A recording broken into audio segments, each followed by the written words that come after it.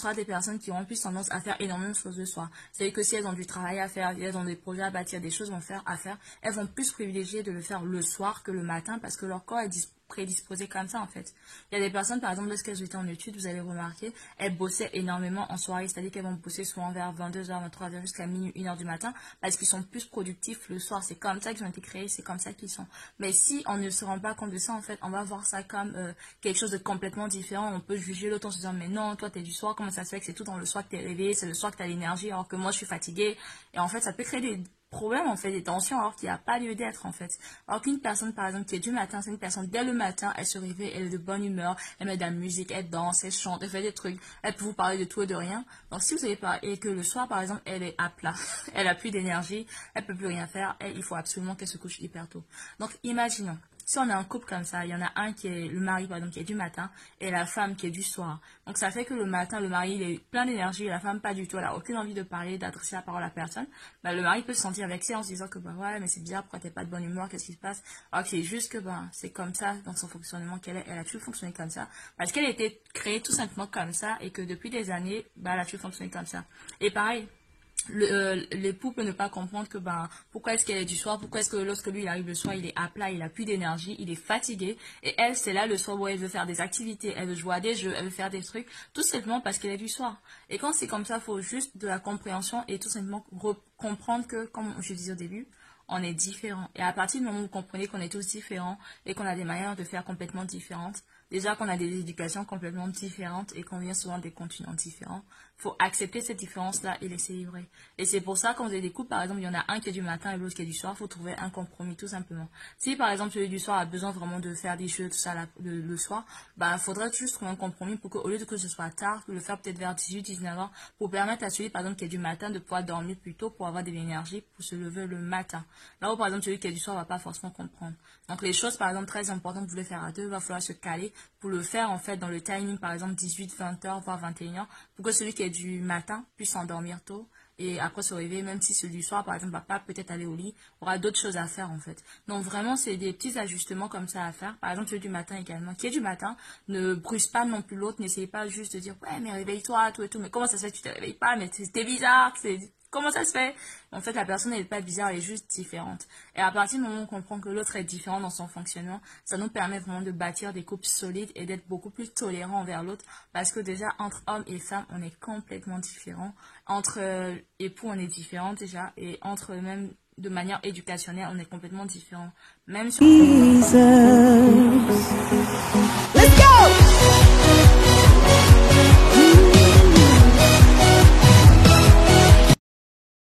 Coucou tout le monde.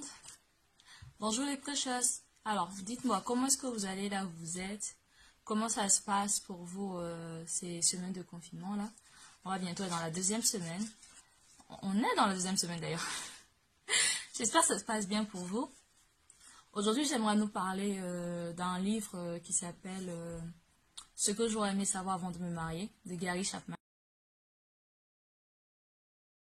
C'est un excellent livre, honnêtement, pour tous ceux qui se préparent au mariage, qui font de la préparation au mariage, ou bien même tous ceux qui sont soit célibataires, soit même, comment dire, donc oui, qui sont célibataires, qui font de la préparation au mariage, ou tout simplement qui sont fiancés et qui vont bientôt se marier, ou bien peut-être même qui sont mariés, parce que ce livre a énormément de clés en fait pour parler à tout type de personnes. C'est un livre que j'ai lu il y a des années de cela, mais je vous assure, ce livre est juste trop bien. Il est impressionnant de ouf et franchement, je vous le conseille.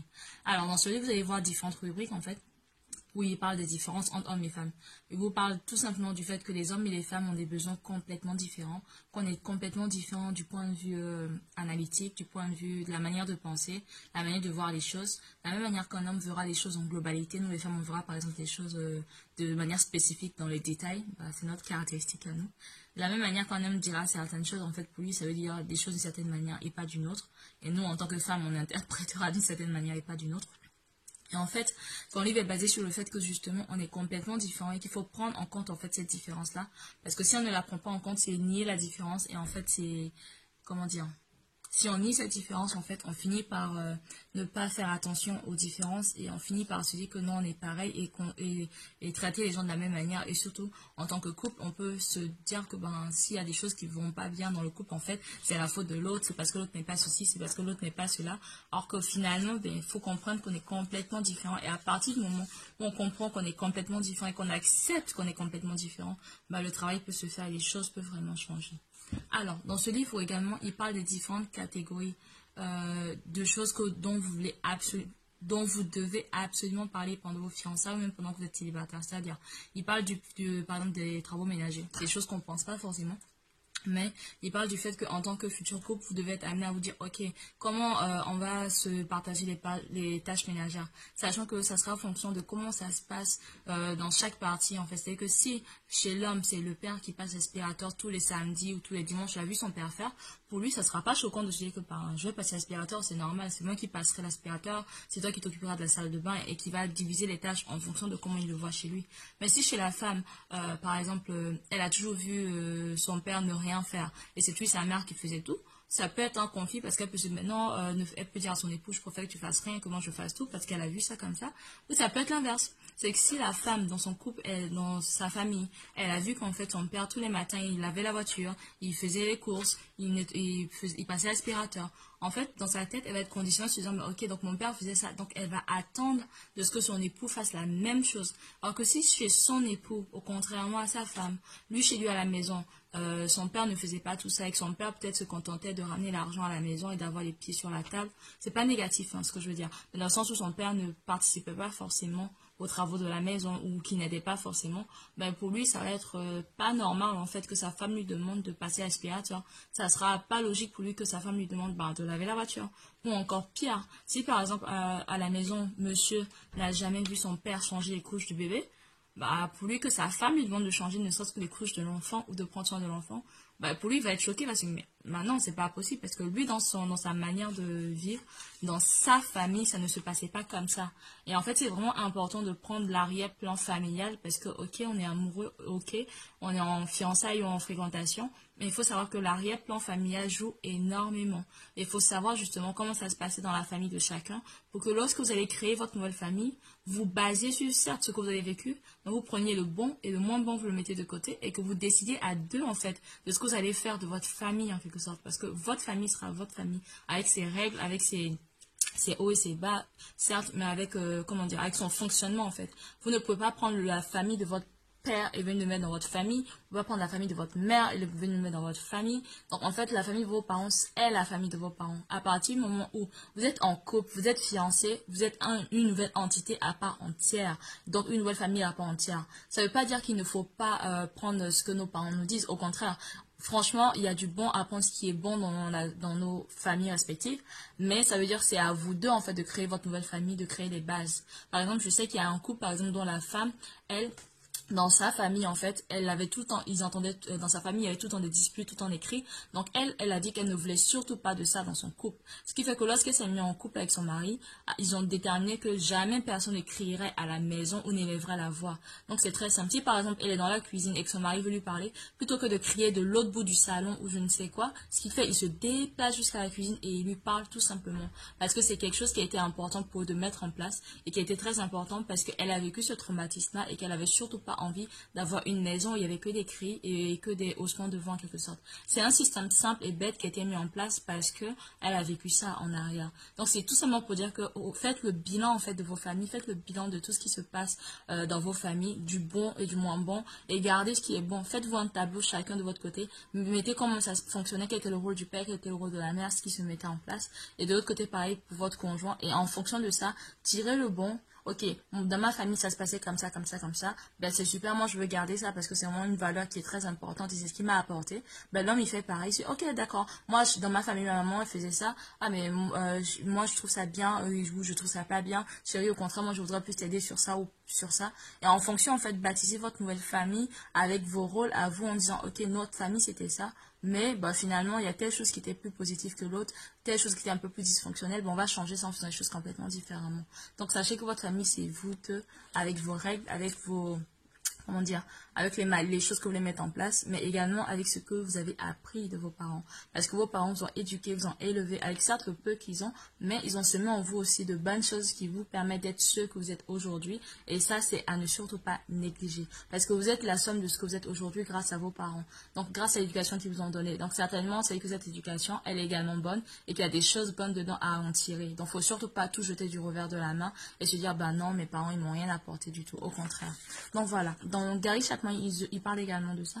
Et, ah oui, dans les catégories, il parle également aussi des finances, de l'éducation des enfants. Parce que vous allez devoir parler des finances. Dans les finances, savoir chacun, comment est-ce que chacun gère son argent, comment est-ce que chacun met la part, quelles finances il met de côté, est-ce qu'il met de côté de l'argent pour telle chose, pour tel risque, quelle partie, ou est-ce qu'il utilise entièrement ses finances, est-ce que l'un est plus dépensier, est-ce que l'autre est par exemple radin, et en fonction, en fait, il faut vraiment voir les spécificités de chacun, et vraiment se caler, en fait, et dire, ok, moi les finances, je les vois de telle manière, moi aussi les finances, je les vois de telle manière, comment est-ce qu'à deux, on peut essayer de trouver une nouvelle vision de nos finances qui soit saine pour le couple, parce que comme je le disais en amont, vous êtes un couple maintenant. Et à partir du moment où vous êtes un couple, vous devez vous baser en fait sur des choses que certes vous savez, sur les expériences aussi que vous avez appris des autres, parce que l'histoire des autres finalement nous apprend tellement, et à partir de là vous basez aussi ce que vous voulez mettre en place. Et il y a énormément de livres qui parlent de finances, il y a énormément de vidéos sur YouTube aussi qui en parlent. Donc, vous pouvez aussi également vous renseigner pour avoir une certaine éducation financière sur le sujet.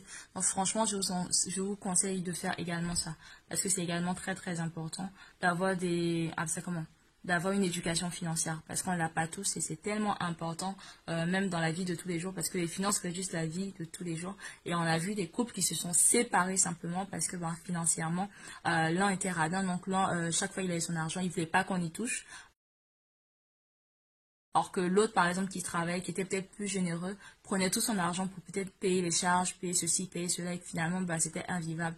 La plupart des couples qui se séparent, il y en a la majorité qui se séparent à cause des finances. Donc, si on peut éviter que votre couple puisse avoir des petits accros à cause des finances, autant faire les choses en amont dès maintenant, en parler, échanger, voir comment vous voyez les finances, comment vous pouvez mettre les choses en place, comment vous pouvez créer les choses, et surtout comment vous pouvez avoir cette vision de se dire que ok, c'est notre argent, c'est pas mon argent, c'est pas ton argent, mais c'est notre argent, parce que nous sommes un. À partir du moment où nous sommes un, cet argent-là, c'est à nous deux, et c'est à nous deux de voir comment est-ce qu'on veut le répartir de telle ou telle manière, donc avec un compte commun. Donc, un compte joint qui vous permet justement d'avoir votre argent en commun, de faire toutes les dépenses qu'il faut faire et ensuite de répartir comme vous voulez par catégorie. Ça, je laisse à chacun le choix de faire ça comme il veut. Ensuite, l'éducation des enfants. C'est très important parce que tout simplement, quand vous avez des enfants, vous allez devoir savoir si par exemple l'un est chrétien, l'autre musulman, ok, comment est-ce qu'on va éduquer nos enfants? Est-ce que j'envoie mon enfant à l'église ou pas? Est-ce que je préfère qu'il aille à la mosquée? Donc en fonction de chacun, vous allez devoir trouver comment vous voulez éduquer vos enfants. C'est tellement important avant même que vos enfants arrivent, parce que si vous n'êtes pas d'accord là-dessus, vous allez créer des soucis. J'ai déjà vu un couple pareil où il y a le mari qui supportait pas par exemple qu'on corrige ses enfants, et la femme qui, elle, pour elle c'est normal qu'on corrige les enfants, parce que c'est normal de corriger les enfants quand les enfants font des bêtises. Donc il les corrigeait normalement et ça créait des tensions dans son couple juste parce que son époux ne voulait pas qu'on corrige les enfants. Or le problème n'était pas le fait de corriger les enfants, le problème était que cet homme avait vécu des traumatismes dans son passé, dans son enfance, et qui se faisait tellement tabasser en fait qu'il a vécu ça, il ne voulait surtout pas ça pour ses enfants. Donc en fait il est passé d'un extrême à l'autre dans le sens où il ne voulait tellement pas que ses enfants vivent ce qu'il a vécu, le fait qu'on l'a tabassé, qu'il ne voulait surtout pas non plus qu'on corrige ses enfants. Donc c'est aussi une autre extrême qu'il faut revoir. C'est pour ça que je parle souvent de quelle est l'expérience en amont et quelles sont les blessures du passé. Et ça, je vais faire une vidéo là-dessus sur les blessures du passé. Parce que c'est tellement important de guérir de ces blessures du passé. Vous ne pouvez pas emmener toutes ces casseroles dans son couple. Parce que si vous ne guérissez pas de ça, malheureusement, vous allez rentrer dans votre couple avec ces blessures-là et ça va affecter votre couple. Et ça risque de créer encore des tensions. Or, le but, c'est que vraiment, vous puissiez avancer main dans la main et que ce genre de choses-là ne puissent pas être des parasites, en fait, dans votre couple. Donc, voilà. Ensuite, dans Gary Chapman, il parle également des traits de caractère de chacun, du fait qu'on a tous des caractères différents. Il y aura des personnes qui seront plus introverties, d'autres extraverties. Par exemple, si vous avez une personne qui est complètement, comment dire, qui a tendance à ne pas parler de ses émotions, qui a la tendance à être un peu plus renfermée sur elle-même, elle a son caractère à elle en fait. Elle peut être plus flegmatique ou autre, mais en fonction du caractère de l'autre, vous savez comment la personne fonctionne. Si vous savez que la personne est introvertie et que vous êtes plutôt extraverti, vous ne pouvez pas reprocher à l'autre d'être d'être un peu plus dans son coin, de pas trop parler, de pas trop s'exprimer. Parce que tout simplement, c'est dans son caractère. Donc, c'est important aussi de connaître le caractère de la personne avec qui vous allez vous mettre en couple. Parce que cela va vous éviter énormément de problèmes, en fait. Comme ça, vous allez déjà voir les bases et savoir comment gérer la situation. De la même manière, vous avez des personnes... Pareil, il y en a qui sont du matin, il y en a qui sont du soir. Je sais que par exemple, je connais des personnes qui sont du matin. C'est que ces personnes-là, faut surtout pas leur parler dès le matin. C'est même pas la peine. C'est que quand elles se lèvent le matin, là, il leur faut au moins 1 heure, voire 1 heure et demie, le temps de se retrouver, de pouvoir vraiment réfléchir, de pouvoir se retrouver eux-mêmes, de prendre un café, d'être bien en fait avant de parler. Donc sur une personne, il faut surtout pas vraiment les embêter dès le matin, ni même leur parler des choses archi importantes. Sinon, il faut surtout pas en parler dès le matin. Donc déjà, il y a ça. Et les personnes qui sont du soir, ça sera l'inverse. Donc les personnes qui ne sont pas du matin seront des personnes qui seront du soir. Donc ce sera des personnes qui auront plus tendance à faire énormément de choses le soir. C'est que si elles ont du travail à faire, elles ont des projets à bâtir, des choses à faire, elles vont plus privilégier de le faire le soir que le matin parce que leur corps est prédisposé comme ça en fait. Il y a des personnes par exemple lorsqu'elles étaient en études, vous allez remarquer, elles bossaient énormément en soirée, c'est-à-dire qu'elles vont bosser souvent vers 22h, 23h jusqu'à minuit, 1h du matin parce qu'ils sont plus productifs le soir. C'est comme ça qu'ils ont été créés, c'est comme ça qu'ils sont. Mais si on ne se rend pas compte de ça en fait, on va voir ça comme quelque chose de complètement différent. On peut juger l'autre en se disant mais non, toi t'es du soir, comment ça se fait que c'est tout dans le soir que t'es réveillé, c'est le soir que t'as l'énergie alors que moi je suis fatiguée. Et en fait ça peut créer des problème en fait, des tensions alors qu'il n'y a pas lieu d'être en fait. Alors qu'une personne par exemple qui est du matin, c'est une personne dès le matin, elle se réveille, elle est de bonne humeur, elle met de la musique, elle danse, elle chante, elle fait des trucs, elle peut vous parler de tout et de rien. Donc si vous n'avez pas, et que le soir par exemple elle est à plat, elle a plus d'énergie, elle peut plus rien faire, il faut absolument qu'elle se couche hyper tôt. Donc imaginons, si on a un couple comme ça, il y en a un qui est le mari par exemple qui est du matin et la femme qui est du soir. Donc ça fait que le matin, le mari il est plein d'énergie et la femme pas du tout. Elle a aucune envie de parler, d'adresser la parole à personne. Ben, le mari peut se sentir vexé en se disant que bah ouais mais c'est bizarre, pourquoi t'es pas de bonne humeur, qu'est-ce qui se passe? Alors que c'est juste que c'est comme ça dans son fonctionnement qu'elle est. Elle a toujours fonctionné comme ça parce qu'elle a été créée tout simplement comme ça et que depuis des années, elle a toujours fonctionné comme ça. Et pareil. L'époux peut ne pas comprendre que pourquoi est-ce qu'elle est du soir, pourquoi est-ce que lorsque lui il arrive le soir il est à plat, il a plus d'énergie, il est fatigué et elle c'est là le soir où elle veut faire des activités, elle veut jouer à des jeux, elle veut faire des trucs tout simplement parce qu'elle est du soir. Et quand c'est comme ça, il faut juste de la compréhension et tout simplement comprendre que comme je disais au début, on est différents. Et à partir du moment où vous comprenez qu'on est tous différents et qu'on a des manières de faire complètement différentes, déjà qu'on a des éducations complètement différentes et qu'on vient souvent des continents différents, faut accepter cette différence-là et les célébrer. Et c'est pour ça, quand vous avez des couples, par exemple, il y en a un qui est du matin et l'autre qui est du soir, il faut trouver un compromis, tout simplement. Si, par exemple, celui du soir a besoin vraiment de faire des jeux, tout ça, le soir, faudrait juste trouver un compromis pour qu'au lieu de que ce soit tard, le faire peut-être vers 18, 19 heures, pour permettre à celui, par exemple, qui est du matin de pouvoir dormir plus tôt pour avoir de l'énergie pour se lever le matin. Là où, par exemple, celui qui est du soir va pas forcément comprendre. Donc, les choses, par exemple, très importantes, vous voulez faire à deux, il va falloir se caler pour le faire, en fait, dans le timing, par exemple, 18, 20 heures, voire 21 heures, pour que celui qui est du matin puisse s'endormir tôt et après se réveiller, même si celui du soir, par exemple, va pas peut-être aller au lit, aura d'autres choses à faire, en fait. Donc, vraiment, c'est des petits ajustements comme ça à faire. Par exemple, celui du matin également, qui est du matin, ne bruse pas non plus l'autre, n'essayez pas juste de dire, ouais, mais réveille-toi, tout et tout, mais comment ça se fait que tu te réveilles pas, mais c'était bizarre, comment ça se fait? En fait, la personne n'est pas bizarre, elle est juste différente. Et à partir du moment où on comprend que l'autre est différent dans son fonctionnement, ça nous permet vraiment de bâtir des couples solides et d'être beaucoup plus tolérants envers l'autre. Parce que déjà, entre hommes et femmes, on est complètement différents. Entre époux, on est différents déjà. Et entre même de manière éducationnelle, on est complètement différents. Même si on a grandi sur le même continent, on peut être complètement différents parce que on a eu des parents différents, on a eu une histoire différente, on a eu des éducations complètement différentes. Donc voilà, et sans compter également les langages d'amour, les amis. Donc je peux pas faire cette vidéo sans parler de langage d'amour. J'en ai déjà parlé dans une autre des vidéos, mais en fait c'est tellement important de connaître son langage d'amour parce que pareil, ça reparle à nouveau du fait qu'on est différent et du fait que chaque personne aura sa manière de dire son amour différemment. Vous aurez des personnes qui pourraient vous dire je t'aime, vont vous offrir des cadeaux. Vous aurez d'autres personnes qui pourraient dire je t'aime, vont vous rendre des services et que si vous avez des choses à faire et tout, vous savez vraiment pas comment faire. Ces personnes-là sont capables de vous rendre des services, mais se déplacer à l'autre bout de la ville jusqu'à chez vous pour pouvoir vous aider ou faire le ménage ou bien ranger vos trucs. Ce sont des personnes qui ont cette tendance-là en fait à avoir les services rendus. Donc, cadeaux, services rendus. Vous aurez des personnes également, ça sera les paroles valorisantes. Vous aurez des personnes, par exemple, qui n'arrêteront pas de vous encourager, de vous dire des bonnes paroles, de vous dire tout ça. En fait, c'est juste un signe que ces personnes sont paroles valorisantes. Parce qu'on donne aux autres ce qu'on espère recevoir. Donc, si vous voyez une personne qui vous fait tout le temps des cadeaux ou qui vous donne des bonnes paroles, c'est qu'en réalité, son langage d'amour, c'est que ce sont les cadeaux et ce sont des paroles valorisantes. Ok. Donc ça fait qu'on a vu cadeau, parole valorisante, quoi d'autre encore? Service rendu, il y a le toucher et également le cinquième, faut pas que j'oublie.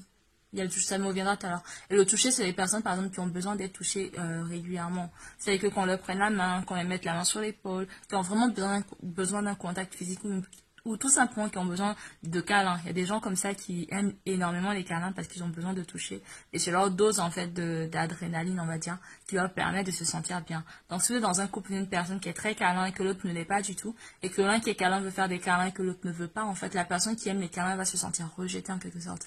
Pareil, si vous êtes une personne qui a plus service rendu, qui va vouloir vous rendre des services et que vous refusez qu'elle vous rende des services, bah, la personne ne va pas se sentir aimée parce que c'est sa manière de vous montrer qu'elle vous aime. Si vous êtes une personne, par exemple, qui est parole valorisante, qui passe son temps à vous encourager, mais que, par exemple, vous n'êtes pas réceptif, ou que vous-même, à votre tour, vous ne l'encouragez pas du tout, là, cette personne ne va pas se sentir aimée, peu importe ce que vous allez faire. Ce qui veut dire que, par exemple, si vous, monsieur, vous êtes cadeau, vous savez que vous aimez offrir les cadeaux, et j'aime bien enlever le mythe du cadeau, là, parce qu'il y a certains hommes qui croient que toutes les femmes aiment les cadeaux, c'est faux. Chaque femme est différente. Il y a des femmes à qui vous allez faire offrir un cadeau, bah, elle sera hyper heureuse parce que bon, c'est l'intention qui compte. Il y a d'autres femmes où, bah, en fait, ça va rien leur faire. Donc, si vous lui offrez, imaginons un sac à main et que votre femme ne réagit pas ou dit juste merci, elle n'est pas très enjouée, sachez que c'est juste pas son langage d'amour. C'est pas qu'elle vous aime pas ou qu'elle apprécie pas. C'est juste, c'est pas son langage d'amour. Alors que peut-être que si elle était tant de qualité, voilà, c'est le cinquième. Si elle était tant de qualité, bah, peut-être que cette personne-là, vous la prenez, vous l'emmenez pas soit au restaurant, soit vous l'emmenez faire un pique-nique, vous l'emmenez dans un jardin, dans un endroit où vous passez du temps avec elle, vous la regardez les yeux dans les yeux, vous lui parlez, vous passez du temps, vous échangez, vous rigolez, vous passez vraiment du temps de qualité, où à ce moment-là, il n'y a que vous deux qui comptent, il n'y a pas de téléphone, il n'y a pas d'interférence, il y a juste vous deux. Et vous allez voir peut-être que cette personne, si elle est vraiment tant de qualité, ben, elle sera tellement contente et tellement heureuse qu'elle va vous le rendre en fait, parce qu'elle est remplie. Et si elle sait, par exemple, que vous, votre langage d'amour, c'est les cadeaux, ben, parce qu'elle est remplie, parce que son langage d'amour a été rencontré, bah, elle va vous faire des cadeaux pour vous dire, c'est sa manière à elle de vous dire, je sais que c'est ton langage d'amour, bah, je vais te faire également des cadeaux parce que je sais que c'est ton langage d'amour pour te faire plaisir, parce que je me sens bien, parce que je suis bien. Donc c'est très important quand on est en couple de savoir quel est déjà le langage d'amour de l'autre, mais également le sien. Pour les célibataires, je conseille vraiment, dès maintenant, apprenez à savoir quel est votre langage d'amour. Quelle est la manière spontanée que vous avez de dire aux autres je t'aime, de quelle manière vous le faites et comment vous le faites, parce que ça va vous permettre en fait de savoir que votre langage d'amour c'est comme ça et pas autrement. Et surtout, ça va vous permettre en fait de créer des couples solides, parce que à partir du moment où on donne à l'autre ce dont il a besoin et pas ce qu'on veut ou ce qu'on pense qu'il veut, bah, ça crée moins de soucis parce qu'on donne à l'autre réellement ce dont il a besoin et pas ce dont nous avons besoin. Parce que malheureusement, on va dire, la plupart du temps, on offre aux autres ce qu'on aimerait avoir. Alors que, ben, c'est pas forcément compatible. La personne qui est en face de toi n'aura pas forcément les mêmes besoins que toi, n'aura pas les mêmes envies que toi, n'aura pas les mêmes manières de s'exprimer, d'exprimer son amour que toi. Donc, tu peux justement avoir beau lui couvrir de cadeaux, de cadeaux, de cadeaux. Si c'est pas son langage d'amour, ben, ça lui fera rien du tout. Donc, voilà. C'était vraiment un topo sur ce livre. J'ai vraiment apprécié ce livre de A à Z. C'est un livre que j'ai lu en 2012. Mais honnêtement, que ça, je relis encore et même que j'offre quand j'ai la possibilité. C'est un super livre, les amis. Allez le commander et lisez-le. Surtout si vous êtes même célibataire, parce que en tant que célibataire, c'est très important de savoir tout ça pour pouvoir mieux se projeter en couple et savoir toutes ces choses-là. Pour pouvoir justement, quand on sera en couple, avoir des bonnes bases solides et apprendre en fait sur le couple. Parce que c'est pas quand vous êtes en couple ou marié que vous allez aller chercher en fait comment est-ce que vous êtes censé vous comporter, comment savoir ci, comment savoir ça. Mais au moins ça vous permet d'avoir une base dès à présent en fait et d'avoir une éducation en fait sur les relations dès maintenant. C'est vraiment tellement important.